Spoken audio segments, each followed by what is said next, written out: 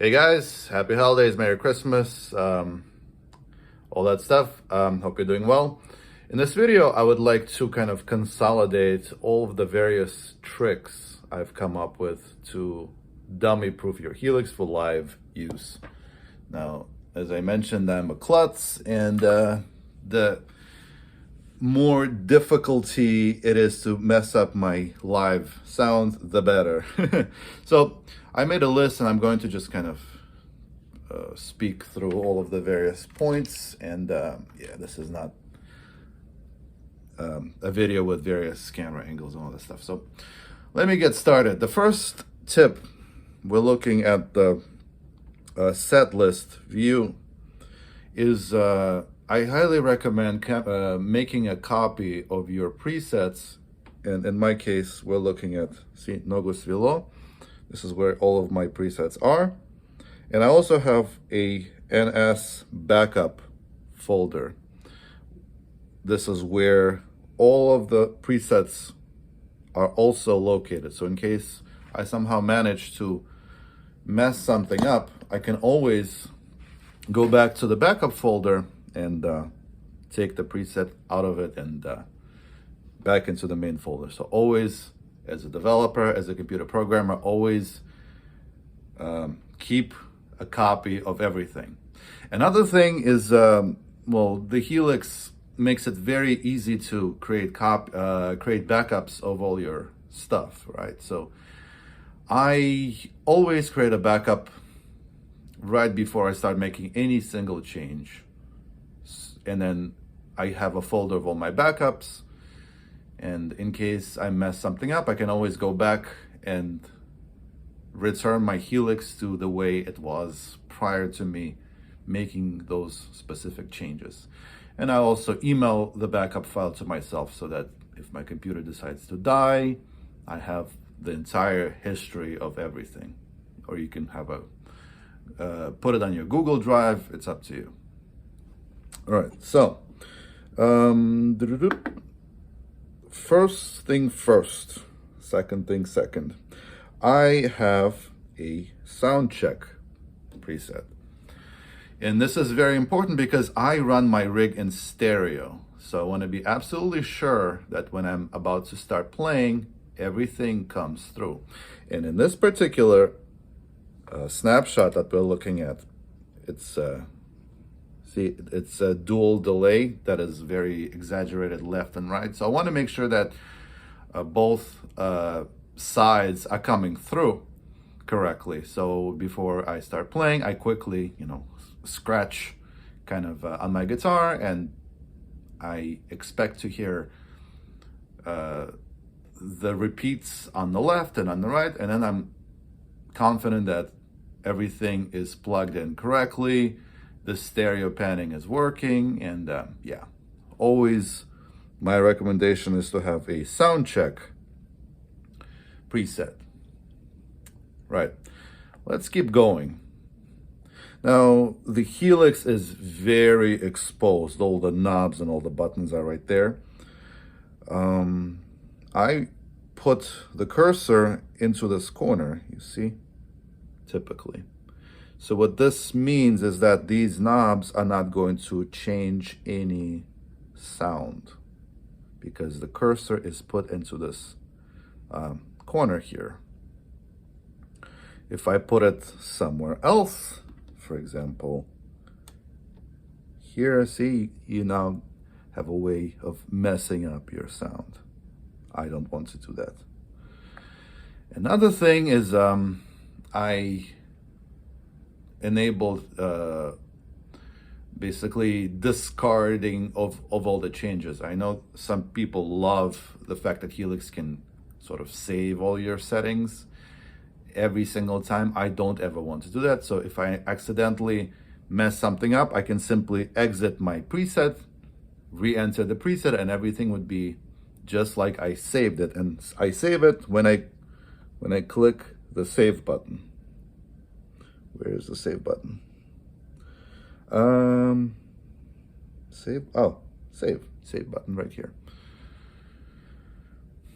Next thing is I color code my snapshots. because when you're playing live, you want to rely on the visuals to make sure that you are engaging the sound that you want to engage. And according to my naming convention, my solo sounds are blue, and all the dangerous sounds such as an octave are green. So the Helix allows you to customize the ring colors, and I highly recommend taking advantage of that. Then we have some let's see,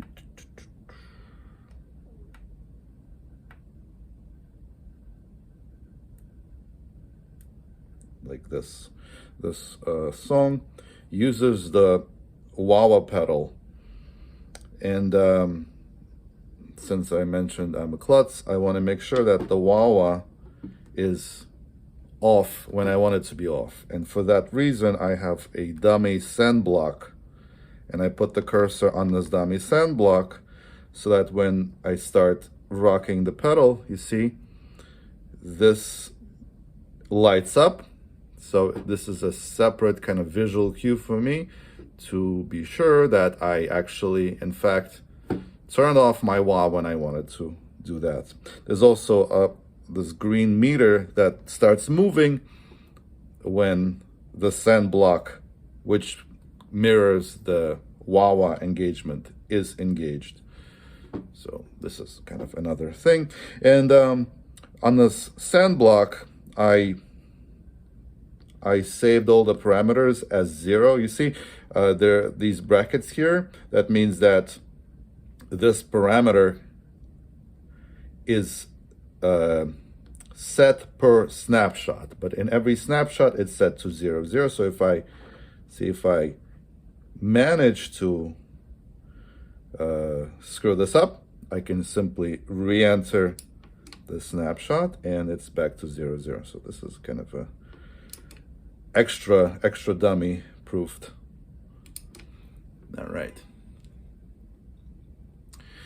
And the next thing is I have in certain songs, like when the wah is engaged, I have this sort of panic snapshot.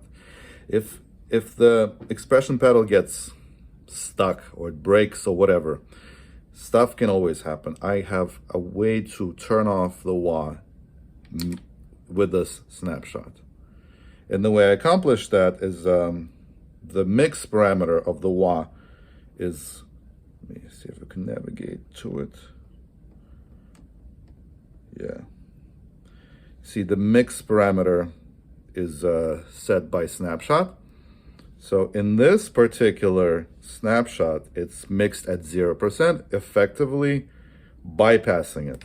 Here it's 100, here it's 0%. So this is a separate kind of means of disabling the wah in case something goes wrong. The last thing you need is when you're playing an important show to have your wah get stuck. And in addition to that, because the up and down buttons are so close to everything else, I first of all use Grolsch washers, and they make it more difficult to press. See, you can still obviously work them, but it's not as easy as this. So you need slightly more force, and this is my recommended trick. The same for the mode button. I also have these two washers here. Now I basically avoid using these snapshot buttons unless I absolutely run out of snapshots. And when I run out of snapshots, let me see. In this song, for example, every single snapshot is used. I still want to prevent myself from accidentally changing the preset. You know, when you're playing an energetic show, you're jumping around, it's very easy to miss and change your preset. So what I've done for that is I can press the mode button and notice the up and down buttons stop working. So this is my kind of trick that I've come up with. And the way I accomplish this is I've used the command center. When you are in the stomp mode, you can assign what all the buttons do. And it's basically mirroring my snapshots minus the up and down buttons. On the Helix floor, you have an ability to have 10 button stomp, a 10 button stomp mode, where these buttons can also, you know, have some effects you can turn on. You can put this snapshot here, up to you. But I've come up with a way for myself to simply have an exact same layout minus the up and down. And I only use this trick when these buttons are kind of a necessity for me. So far, basically only this preset.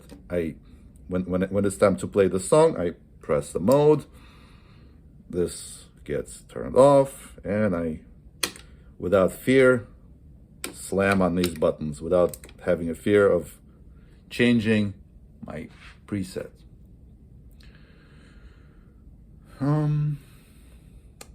Another thing, I always use expression 2 on my Helix. I never use this, like there's a way to click the pedal and switch to expression 1.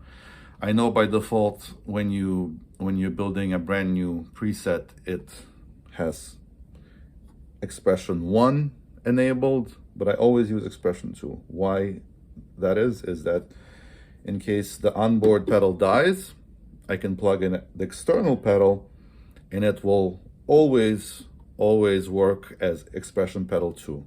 Whenever you have something plugged in, it's that external pedal will always be expression pedal 2. So this way, in case I'm playing a show, I have a backup pedal with me. This one decides to die, plug in the external pedal, everything will work seamlessly. And a few more things left kind of to watch out for. So the tuner, if you press and hold, there's this calibration where you can set your tuning pitch for 40, right?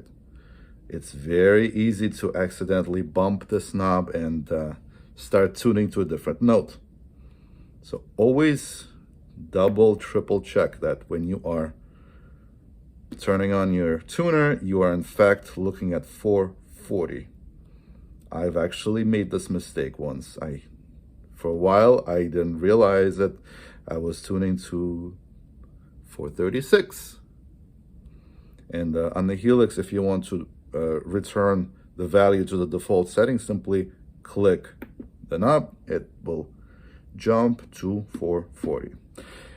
Right, and then one more last thing is if you touch this button, it will bring up this very, very dangerous menu. So always make sure that this has values as you need them to be, because for my set, all the snapshots have predetermined tempo settings. So I don't want this to be global or per preset. See, that's the default setting, and I want it to be per snapshot. That's the value that I want. And yeah, so this about wraps it up. So in summary, make sure to back up your Helix religiously. Like right now, I'm making all these demonstrations for you. I'm going to connect my Helix to the computer, restore the global settings, just because I don't want to accidentally mess something up, which I'm not aware of. So hopefully this was useful, and thank you for watching.